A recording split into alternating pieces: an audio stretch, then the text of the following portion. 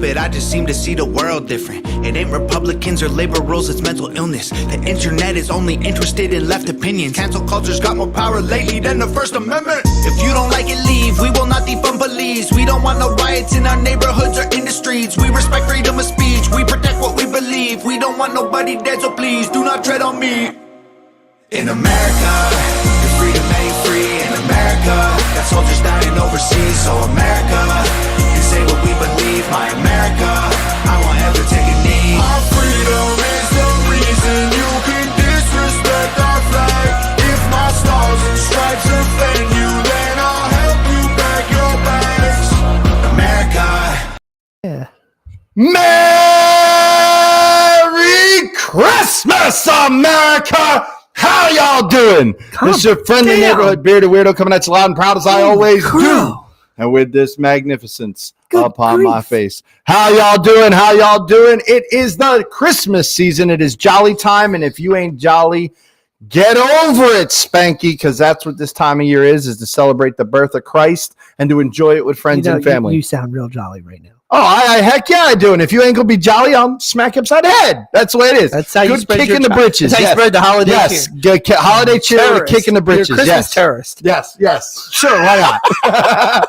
I'll get you with all that tinsel and glitter. It's like the Christmas version of Homie the Clown. By the way, from a producer standpoint, I was correct. My girlfriend is currently watching the show. Yes. And she said, "Why did they switch seats?" I told you, because if you look on the screen, you guys are flipped. Well, we're not. We're not flipped. That's the problem. Well, it should be flipped. It's okay. Whatever. Crap happens. Well, fine. On my left, I don't know what side he's on. We have my brother here, my compadre, my best friend. And on your physically left side. And he happens to be my pastor. He is the one, the only, the Pastor Gary Podosek. And behind the iron curtain, the digital curtain. Sorry. Behind the digital curtain, we have the man who presses all our buttons in such so friendly ways sometimes. He is our brother. He is Steve Cattell.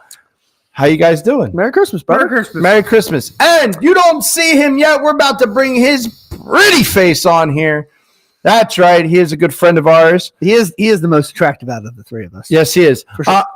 Well, look, he even during COVID, he made a darn good-looking Mr. T impersonator. It's the way it was, okay? Like, it looked great. You just needed to give him the feather earrings and the gold chain. Yeah. The gold chains, and, then he could look like, Mr. T's mini-me.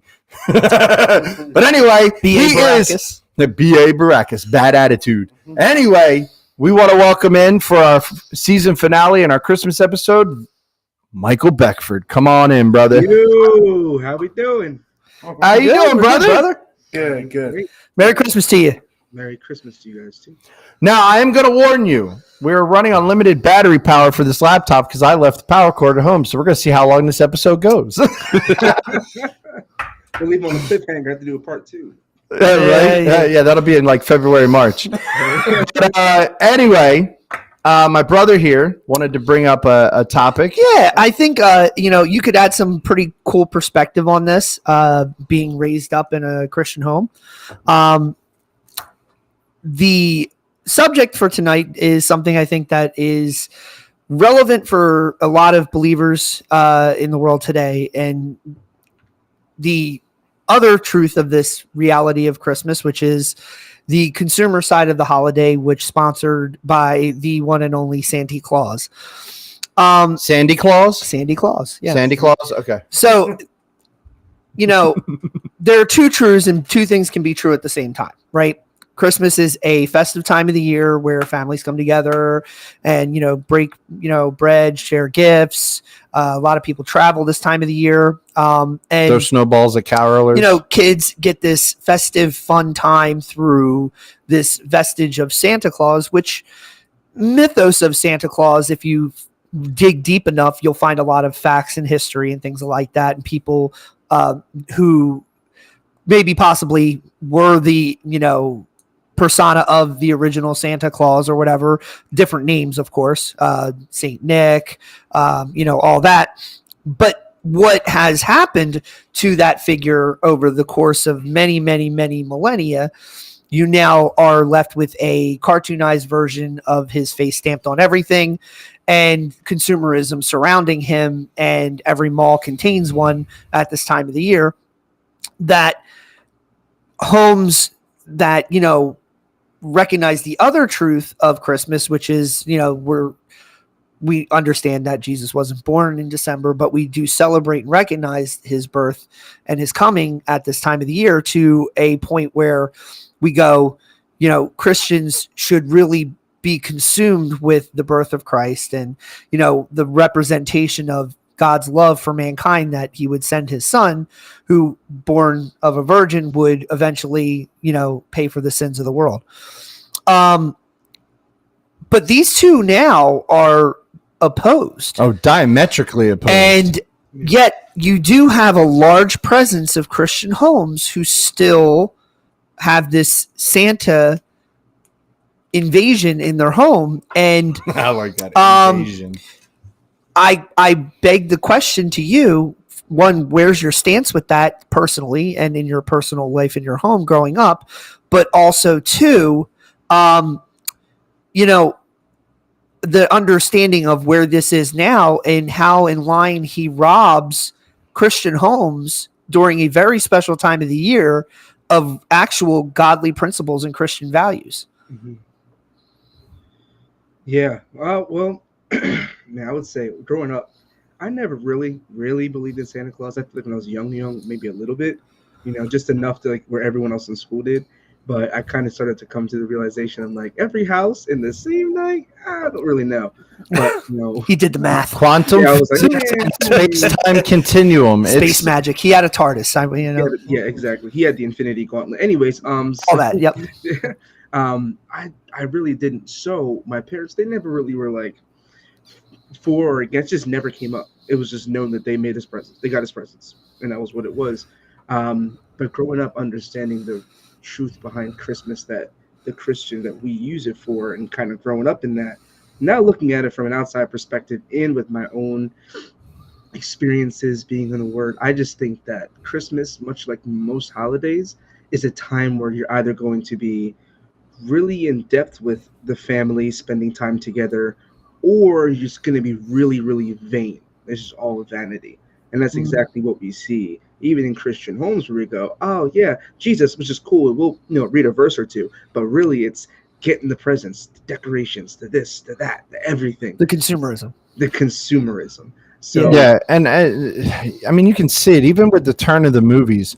Mm-hmm. Back in the day, Christmas movies, man, they may not have mentioned Christ, but it wasn't all about Santa. Even when they talked about Santa, it was all about bringing joy to the kids, all this sort of stuff.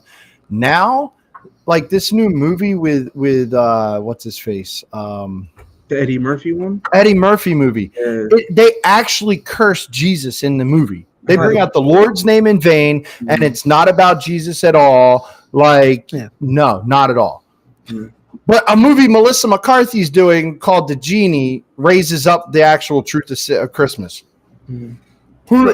But even in these details, though, but I see things from this maybe larger than life perspective where, even in this time of the year, and you kind of touched on the consumerism part, but the Santa mythos and all that, there's an absolute problem. And I'm not saying Christians need to go super Christian here, but you mentioned, your parents bought you gifts, and hopefully every single one of those presents had their name written on it. I hope.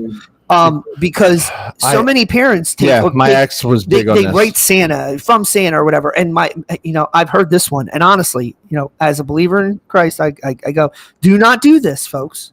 Do not put from Jesus on those Christmas presents either. That's worse. Because could you imagine Timmy gets a PlayStation 5 from Jesus. Oh my gosh. And he goes to his friend in kid church or whatever, in junior church, and he goes, oh, Jesus brought me a PlayStation 5. Graham, did Jesus bring you a PlayStation 5? And it's no. Jesus didn't bring me nothing. What? Yeah, exactly. Oh, you might. It looks like we lost the video somehow. Oh, yeah. Lost the video already. But Do you hear us? You still hear us, right? Yeah. Okay. Yeah, I don't know that. weirdly, that was supposed to have full life, and I don't know why it's not working, but we'll see if we can get it back on.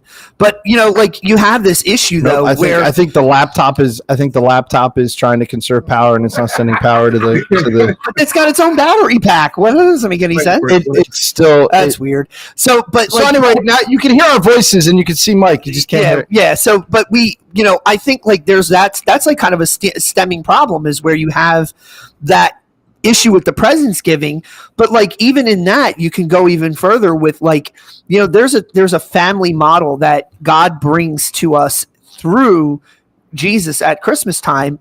He's born a man of a family, you know what I mean? Mm-hmm. And the family unit being important, that God sets up all these family principles. You figure that you go into this a little deeper and a little further, that if you're allowing this other entity to come in and take away all of those things that your family does and provides, and you make it about, like you said, consumerism, about food, about gifts, about decorations that don't even pertain or relate to the son, what are you?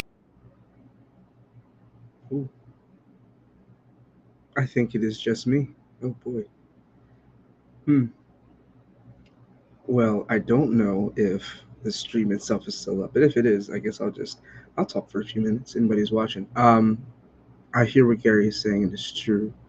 We have this insatiable desire for consumerism to just completely overhaul everything, and that's kind of like what we're putting on the pedestal.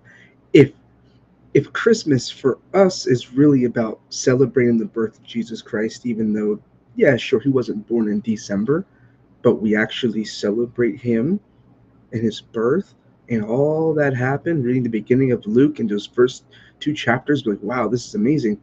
If that's really what this is about for us, then we shouldn't be putting consumerism up on the pedestal and then trying to step Jesus on it like he's a bumper sticker. That just doesn't make any sense. And that's not something that we should be doing. So as Christians, I don't know where Gary was going to go with that, but I'll say that I think that we need to take a hard look at why do we do what we do? Why do we celebrate most of the holidays that we celebrate? Yeah, Nolan texted me, battery died.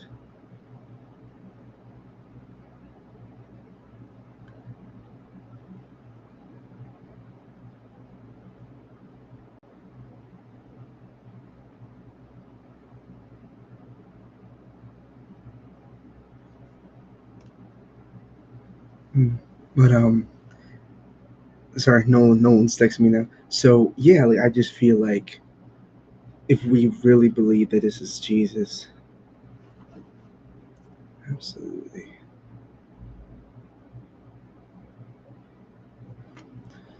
Yeah, not sure if this thing is up or not.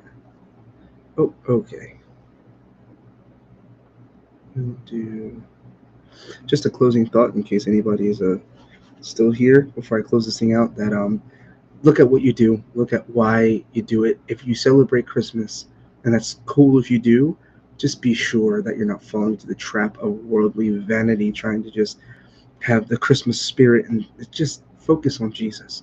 If it's really about him, teach your kids what happened. Teach them every depiction of the Gospels with Jesus being born. Teach them why he came to this world, because the gospel is the power to save. It's the greatest gift you can ever give to your children. I'll see you.